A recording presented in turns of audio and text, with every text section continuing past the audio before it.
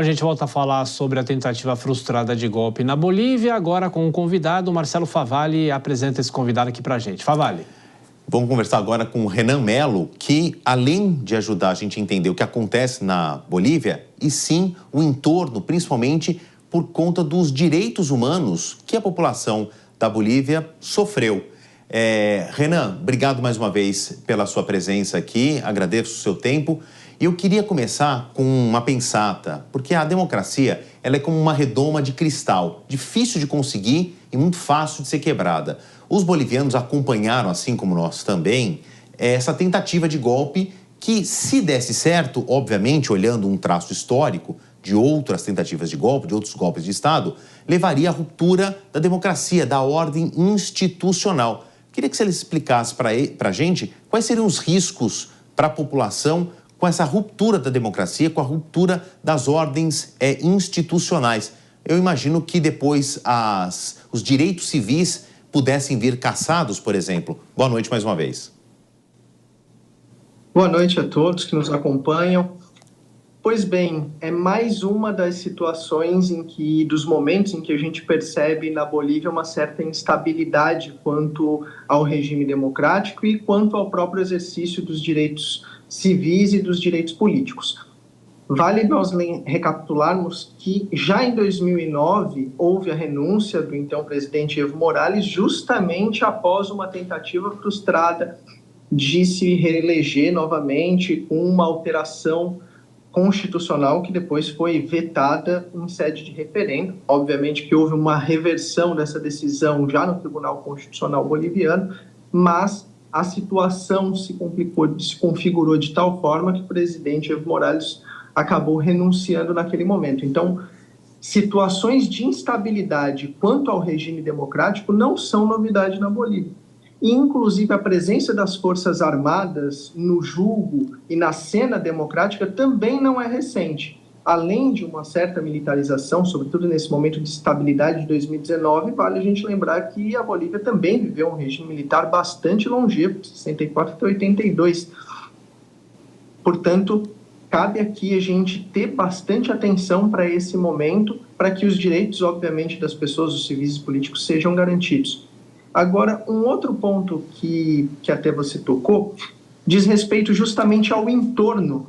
E se nós formos considerar o entorno hoje da Bolívia, a gente vai perceber situações também de instabilidade em países próximos à Bolívia.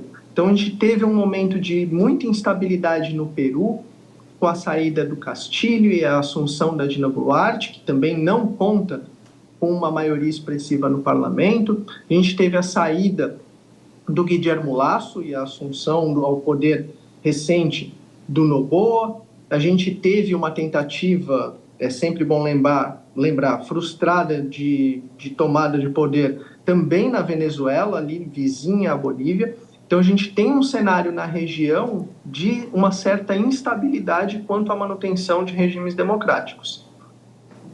E, doutor, em relação à própria população, de que maneira a população fica refém? O senhor cita as Forças Armadas, né? Tudo talvez começa pelas mãos das Forças Armadas nesse caso, né?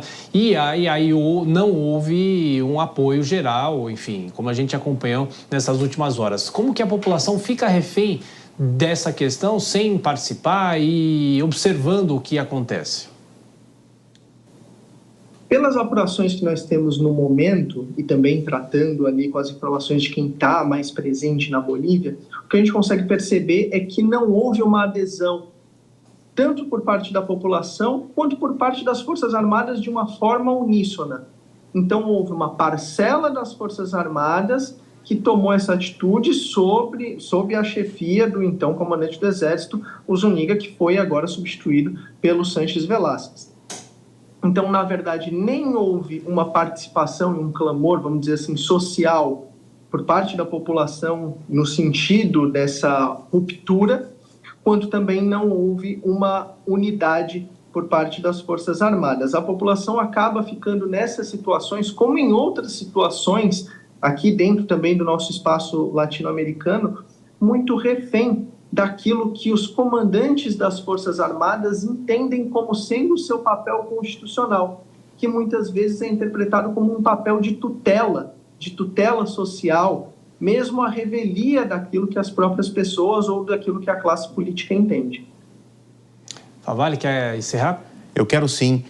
Olhando que nós já estamos na segunda metade de 2024, professor Renan, e em 2025 vai haver eleições na Bolívia e se desenha um certo tumulto, o ex-presidente Evo Morales tenta voltar e ele tem restrições legais. O episódio de hoje serve como um amarelo piscante de atenção para novas possibilidades de instabilidade na Bolívia? Olha, Favale, o cenário político da Bolívia atualmente é bastante complexo. Então, nós tínhamos uma proximidade entre o ex-presidente Evo Morales e o atual presidente Luiz Arce, que faziam parte do mesmo partido, do MAS, do Movimento ao Socialismo. Houve uma ruptura nessa aliança e, na verdade, o presidente acabou ficando, de certa forma, isolado, tanto pelos partidos de esquerda quanto pelos próprios partidos de direita, o que fragiliza a posição do presidente, tanto para se lançar para uma reeleição, quanto para fazer, aí, de certa forma, o seu sucessor. Evo Morales já havia se declarado como candidato, mas há um impedimento constitucional para isso. O próprio Tribunal Constitucional boliviano já se pronunciou a esse respeito. Talvez seja uma tentativa que muito mais tumultue o ambiente do que contribua efetivamente com a estabilidade democrática da Bolívia. Então, as cenas que nós podemos projetar são ainda tateando o terreno de uma certa instabilidade. Obviamente que a gente também tem alguns exemplos próximos de eleições que foram bastante violentas, como as eleições no México, como as eleições no Equador, onde candidatos sofreram atentados, candidatos até foram assassinados, como no caso equatoriano. Então, há sim um receio de que isso possa se espraiar e chegar também para o contexto político boliviano, mas vale lembrar que a gente ainda tem um pouco mais de um ano até que o processo eleitoral boliviano seja levado a cabo, então ainda há a possibilidade de um certo apaziguamento e, de certa forma, até, por que não, de uma reunião da esquerda que parecia rachada, já que o ex-presidente Evo Morales foi um dos primeiros a aderir ao movimento anti-golpe na Bolívia.